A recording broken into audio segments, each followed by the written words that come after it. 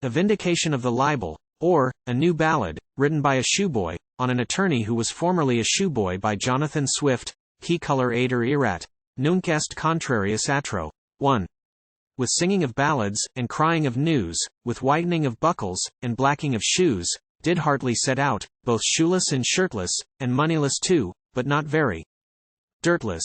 2 pence he had gotten by begging, that's all. One bought him a brush, and one a black ball. For clouts at a loss he could not be much, the clothes on his back as being but such. Thus vamp'd and accoutred, with clouts, ball, and brush, he gallantly ventured his fortune to push. Vespasian, too, thus, being bespattered with dirt, was omen'd to be Rome's emperor for't, but as a wise fiddler is noted, you know, to have a good couple of strings to one bow. So Hartley, 3, judiciously thought it too little, to live by the sweat of his hands and his spittle. He finds out another profession is fit, and straight he becomes a retailer of wit. One day he cried, murders, and songs, and great news. Another as loudly, here blacken your shoes. At Domvas, 4, full often he fed upon bits, for winding of jacks up, and turning of spits. Licked all the plates round, had many a grubbing, and now and then got from the cookmaid a drubbing.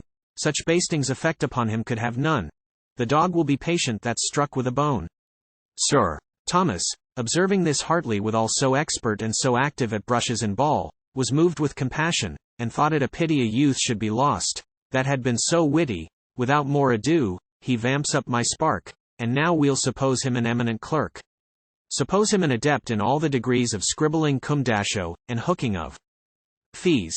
Suppose him a miser, attorney, per bill, suppose him a courtier, suppose what you will, yet, would you believe, though I swore by the Bible, that he took up 2 newsboys for crying the libel?